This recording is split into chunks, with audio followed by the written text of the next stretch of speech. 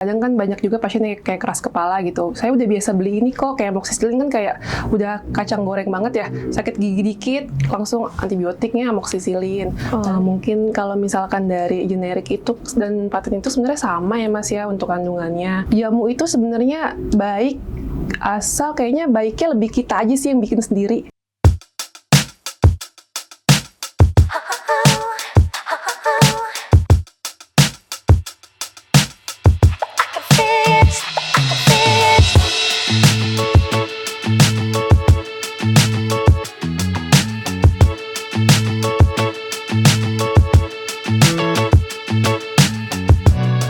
Assalamualaikum warahmatullahi wabarakatuh. Salam sejahtera bagi kita semuanya. Salam sehat dan bahagia. Perkenalkan, nama saya Rizky Mubarok, selaku host pada segmen Kapsul, kajian praktis seputar farmasi untuk umum. Episode ini adalah episode pertama dari segmen Kapsul, yang mana segmen Kapsul merupakan salah satu dari 3 segmen yang ada di channel YouTube PSE Talk. Nah, Sobat Sehat, sesuai dengan judulnya, segmen Kapsul ini merupakan segmen yang berisikan tentang edukasi, tips-tips, maupun membahas hoaks yang beredar di masyarakat seputar obat-obatan. Dengan pembawaan yang pastinya santai dan dapat mudah dimengerti oleh Sobat Sehat semuanya. Di video kali ini, saya nggak cuma sendirian nih Sobat Sehat. Saya ditemani dengan apoteker muda, sekaligus narasumber kita pada kali ini, yaitu Bu Gian. Halo Bu Gian. Halo Mas Rizky. Bagaimana keadaannya hari ini? Alhamdulillah sehat. Mas Rizky gimana? Alhamdulillah sehat dan bahagia. Alhamdulillah kalau gitu. Ada pepatah yang mengatakan tak kenal maka tak sayang nih. Bu Gian, coba dong perkenalan diri secara singkat kepada penonton Sobat Sehat sekalian ini. Oke. Perkenalkan, nama saya Gian Wiledini. Saya sebagai apoteker penanggung jawab di Apotek Puri Seruni Estetika Jatiwarna. Saya sudah menjadi apoteker kurang lebih selama 5 tahun. Oke, mungkin sekian ya Bu Gian ya, perkenalan dari Bu Gian. Untuk Sobat Sehat, pada hari ini episode pertama mungkin kita akan membahas topik yang ringan-ringan dulu aja kali ya Bu Gian ya. Soalnya kalau dilihat dari raut wajahnya Bu Gian ini senyum-senyum lelah nih habis aktivitas seharian. Tahu aja nih. Oke, nah Bu Gian, mungkin sebagian besar dari masyarakat umum ya memandang apoteker tugas dan tanggung jawabnya hanya sekedar menyiapkan, meracik, dan memberikan obat kepada pasien. Apakah memang pekerjaan apoteker sesimpel itu selama pelayanan? Mungkin Bu Gian bisa bercerita dikit nih pengalamannya sebagai seorang apoteker bagaimana? Apakah tugas dan tanggung jawabnya hanya itu saja? Oke Mas Rizky, jadi sebenarnya kalau di dalam job desk apoteker itu dibagi 3 biasanya dalam dunia farmasi ya. Yang pertama tentu aja di pelayanan, itu bisa dikerja di rumah sakit, apotek, klinik, dan puskesmas. Nah yang kedua itu bisa di industri maupun di distribusi. Yang ketiga bisa di pelayanan, kayak Kemenkes, di Dinkes, gitu contohnya. Nah, tugas apoteker yang kalau kan saya di pelayanan ya di apotek nih, jadi saya harus memastikan tuh kalau misalkan obat-obat yang diberikan ke pasien itu mencakup 3 hal. Yang pertama, keamanan obatnya tentu aja kan. Yang kedua, terus efektivitas obatnya. Yang ketiga, kualitas obat itu sendiri. Oke Bu Gian, dari penjelasan yang tadi Bu Gian jabarkan, berarti kan Bu Gian ini bekerja sebagai apoteker pada bagian pelayanan ya? Iya, betul. Punya nggak sih pengalaman atau kesan ya selama pelayanan menjadi apoteker itu kayak gimana? Entah pengalaman lucu atau memang ada yang buat kesel? Oke, banyak sih ya. Cuman salah satunya mungkin yang paling sering banget kejadian itu kayak pasien bawa obat nih ke apotek, bawa contoh kemasan obat, terus kayak cuman ujungnya doang kayak HCL-nya aja. Kan obat itu banyak ya, kita nggak bisa kayak, oh ini nih Bu, kayak langsung tahu gitu. Jadi itu sih yang paling sering. Dan sebenarnya kan lebih resikonya salah kasih obatnya lebih tinggi kan, makanya paling kita pastiin lagi ke ibunya kalau ada yang lengkapnya kemasannya gitu sih.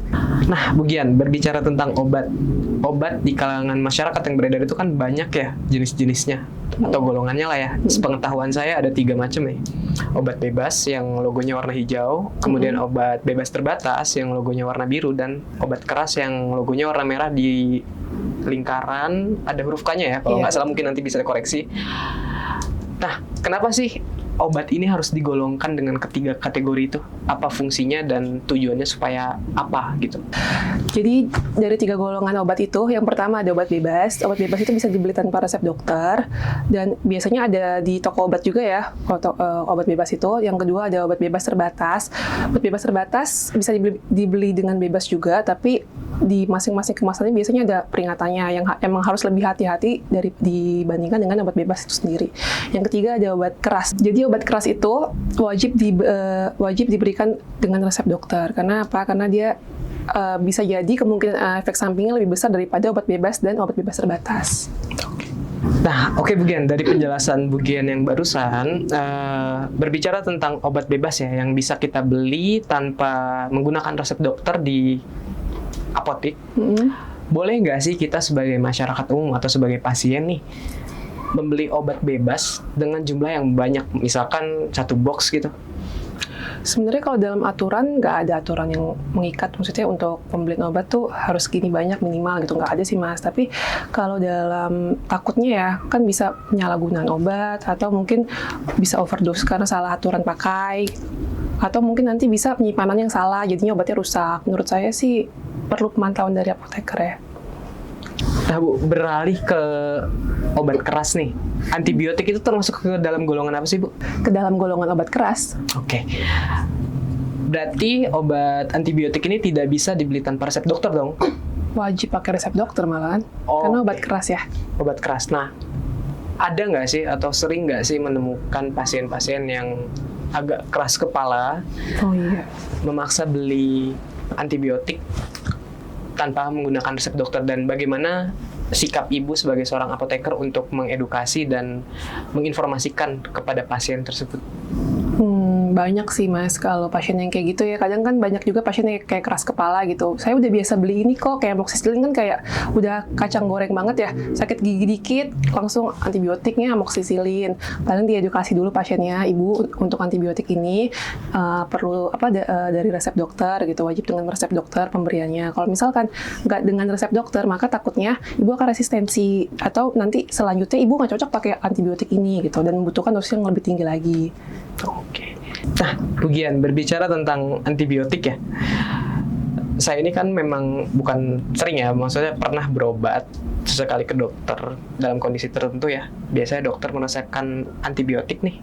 Kemudian pada saat penyerahan atau penyampaian informasi obat dari apoteker kepada saya selaku pasien, biasanya dikasih catatan untuk dihabiskan. Nah, kenapa sih antibiotik itu harus dihabiskan? Kalau misalkan memang kita sudah sehat, bugar lagi, apa memang perlu dihabiskan antibiotiknya? Kan kita sudah merasa segar kembali nih. Wajib dihabiskan ya Mas Rizky, soalnya kan antibiotik itu digunakan untuk mengobati infeksi bakteri. Jadi kalau misalkan berhenti di tengah-tengah nih, yang awalnya bakterinya mau mati, tapi hanya melemah jadinya. Jadi selanjutnya kalau Mas Rizky pakai antibiotik itu, jadi nggak mempan lagi, alias resistensi. Oke. Terus bagaimana Bu, jika seorang pasien resistensi terhadap satu antibiotik ya, satu jenis antibiotik, apakah sudah tidak bisa diberikan antibiotik lagi atau memang ada solusi lain ganti antibiotik? Itu bagaimana Bu, kalau misalkan memang menemukan, atau mungkin Ibu pernah ya menemukan pasien yang sudah resistensi terhadap antibiotik, itu biasanya sama dokter itu bagaimana penanganannya?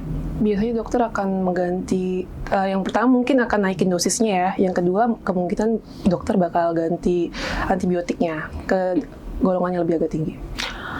Oke, sepertinya kalau misalnya kita bahas yang terlalu berat-berat, Sobat Sehat, boring kali ya nontonnya. Kita akan membahas beberapa hoax aja nih Bu, hoax yang memang sudah banyak di kalangan masyarakat ya, yang seputar obat-obatan. Ya, mungkin juga Ibu atau saya juga sering mendengar pada saat waktu kecil atau tetangga atau kerabat ya. Ada beberapa hoax yang beredar di kalangan masyarakat. Ada 3 yang mungkin akan saya tanyakan ke Ibu, dan Ibu bisa klarifikasi nih, ini hoax atau fakta ya. Yang pertama, contohnya, apakah betul nih ketika kita mau minum obat, baik sebelum ataupun sesudah, itu dilarang minum susu? Oh itu Ada faktanya juga sih, fakta sih lebih tepatnya. Soalnya kan susu itu kan mengandung kalsium dan magnesium, dan setahu saya kalsium itu bisa mengganggu penyerapan obat. Jadi saran saya mungkin sebelum minum obat, kalau emang mau minum susu nih bisa dijeda sekiranya 2 jam. Tuh. Biar Berarti dalam arti lain susu ini dapat mengurangi efektivitas obat gitu iya, ya. betul. Oke. Kemudian masih banyak masyarakat yang beranggapan ya, terutama mungkin di daerah-daerah perkampungan, daerah-daerah desa ya, bahwa obat herbal atau mungkin sejenis jamu itu jauh lebih aman ya, karena tidak memiliki efek samping dan resiko. Apakah betul Bu, obat herbal atau jamu itu sama sekali tidak memiliki resiko atau efek samping? Obat herbal itu kan ada 3. Yang pertama ada jamu, yang kedua ada OHT atau obat herbal terstandar, yang ketiga ada fitofarmaka. Jamu itu sebenarnya baik, asal kayaknya baiknya lebih kita aja sih yang bikin sendiri. Karena zaman sekarang kayaknya banyak beredar tuh jamu yang malah isinya obat gitu. Ada kandungan obat kimianya. Jadi kalau emang Mas Rizky mau minum yang herbal, bisa buat sendiri di rumah. Kayak misalkan buat kembung nih, bisa ngerebus jahe sendiri gitu. Oke, Sobat Sehat, mungkin cukup sekian ya episode kita kali ini. Bagi Sobat Sehat yang memiliki pertanyaan ataupun pengen tanya-tanya seputar tips-tips pemakaian obat, konsumsi atau penyimpanan obat, atau mungkin ada dari Sobat Sehat yang mendengar hoax atau menanyakan fakta atau mitos seputar obat-obatan, bisa tulis di kolom komentar supaya nanti di episode selanjutnya kita akan bahas lagi bersama dengan Bu Gian. Nanti kita akan bedah lagi benar atau tidaknya, atau mungkin pertanyaan-pertanyaan, atau bisa jadi topik pembicaraan kita selanjutnya. Oke. Sebelumnya saya mau mengucapkan terima kasih nih untuk Bu Gian sudah mau meluangkan waktunya dari kesibukannya dia sehari-hari. Sudah kelihatan sekali ya mukanya sangat letih, lesuh, dan lelah. Nanti insya Allah kita akan sharing-sharing lagi di event atau di episode selanjutnya dengan topik-topik yang pastinya jauh lebih menarik dan edukatif. Siap, Mas Rizky. Oke, untuk Sobat Sehat, jangan lupa like, komen, dan share ke teman-teman kalian. Subscribe dan nyalakan loncengnya untuk notifikasi atau pemberitahuan apabila besok ada video-video baru dari kita. Saya pamit undur diri. Saya mengucapkan terima kasih. Wassalamualaikum warahmatullahi wabarakatuh. Salam sehat dan bahagia.